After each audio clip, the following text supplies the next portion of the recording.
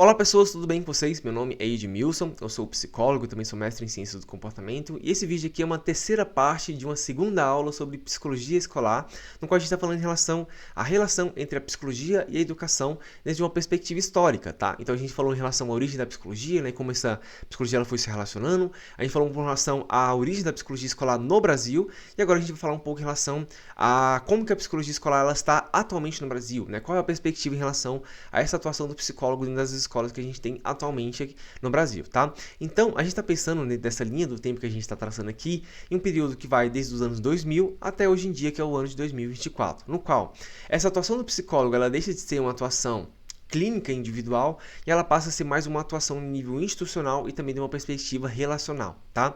O nosso objetivo como psicólogo atuando nas escolas hoje em dia é principalmente tentar entender as demandas de cada escola e o seu contexto, tá? E a partir desse entendimento, criar estratégias para poder lidar com essas demandas. Como que isso acontece, tá?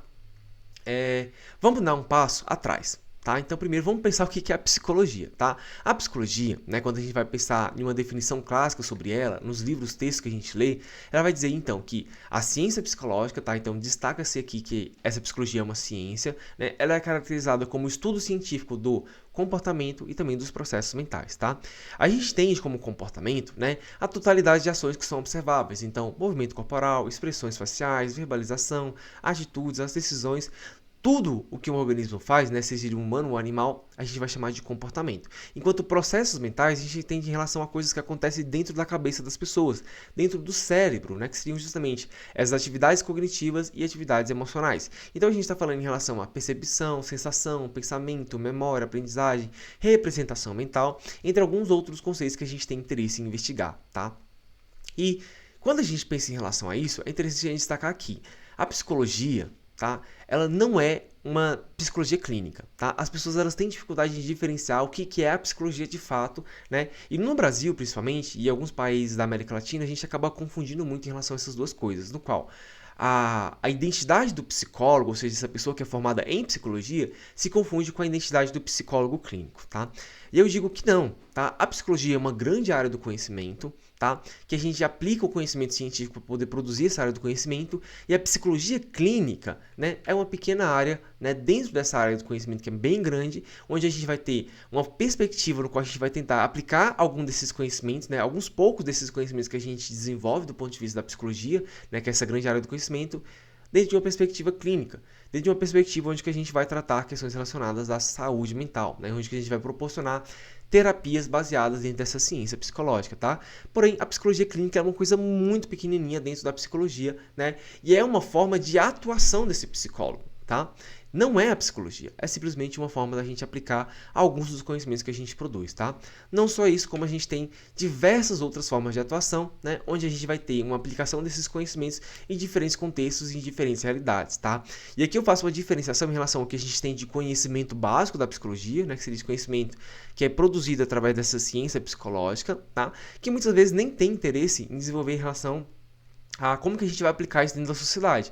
A gente quer entender em relação a como que funciona, né, o comportamento e os processos mentais simplesmente, tá? Porém, né, existe o conhecimento aplicado, no qual a gente vai tentar pegar esses conhecimentos que a gente produz e tentar aplicar dentro de alguma dessas áreas aqui. Isso inclui também a psicologia escolar, tá? Que é uma dessas áreas de atuação que a gente tem dentro da psicologia, tá? Outra confusão que acontece é as pessoas que não conseguem diferenciar necessariamente a diferença entre a psicologia escolar, a psicologia educacional, a psicologia da educação, a psicopedagogia, né? Que são todos esses nomes que têm psico no meio, né? E estão relacionados ao contexto educacional, tá? Como que a gente diferencia isso hoje em dia? Primeiramente, a psicologia, tá? Ela vai ter uma área da psicologia escolar e uma área da psicologia educacional. Muitos autores, antigamente, eles tentavam diferenciar essas duas áreas como a psicologia escolar seja um conhecimento, né, uma forma de atuação do psicólogo dentro das escolas, enquanto a psicologia educacional seria justamente uma forma de criação de conceitos e teorias, né, uma atuação mais básica e mais científica em relação aos conhecimentos da psicologia sobre a educação, tá?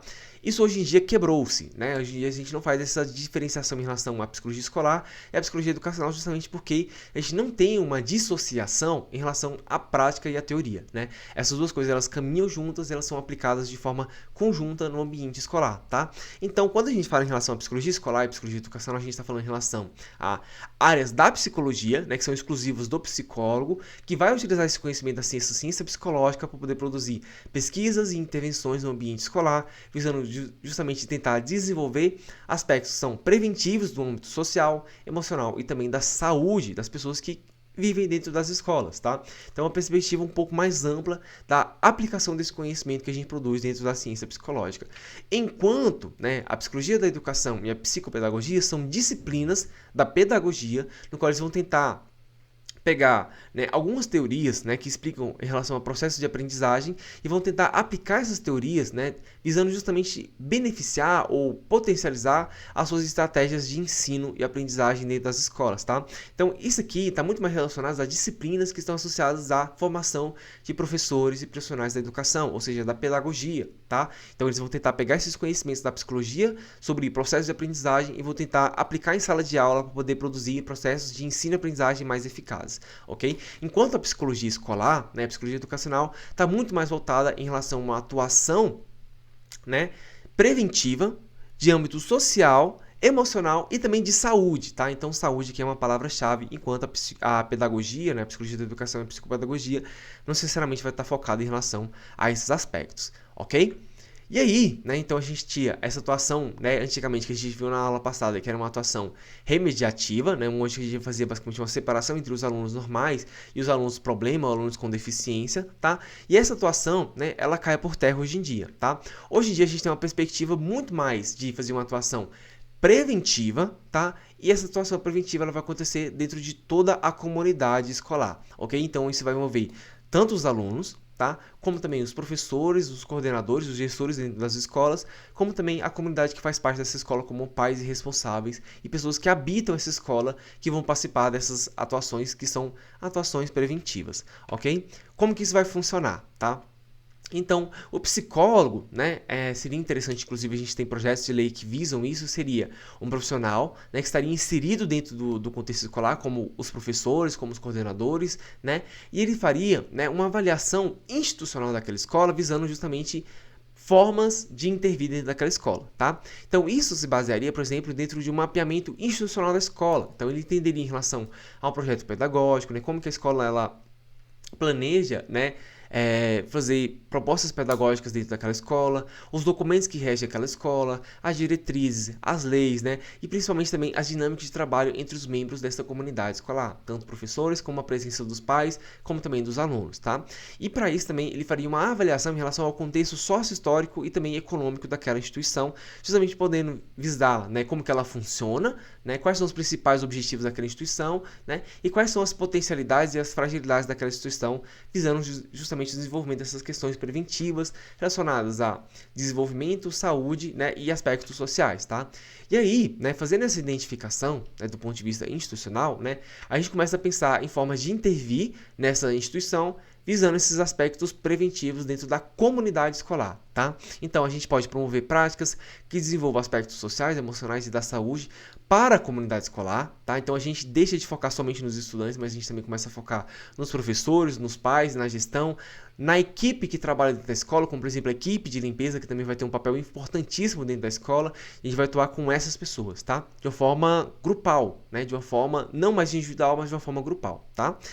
Não só isso, né? A gente vai tentar pegar esse conhecimento da psicologia, a gente vai tentar criar estratégias específicas, então a gente pode atuar, inclusive, na criação de um projeto político-pedagógico específico, né, utilizando esses conhecimentos, e também, né, uma perspectiva que é mais idealista, né, seria que essa atuação que a gente vai ter do ponto de vista intervencionista, né, seria uma atuação multidisciplinar, no qual a gente teria profissionais de diferentes formações que também estariam atuando dentro das escolas, como, por exemplo, sociólogos, antropólogos, pedagogos, médicos, etc., tá? E esses profissionais, né, junto com o psicólogo, eles iriam explorar os espaços coletivos dentro dessa escola justamente para poder fazer essas intervenções do ponto de vista preventivos, tá? Então o psicólogo estaria, né, dentro dos conselhos de classe, da coordenação de professores, reuniões bimestrais de pais e mestres, grupos de discussões com professores, alunos, pais e equipe escolar, no geral, justamente visando promover essa perspectiva preventiva relacionada a aspectos sociais, emocionais e da saúde dessa comunidade escolar, tá?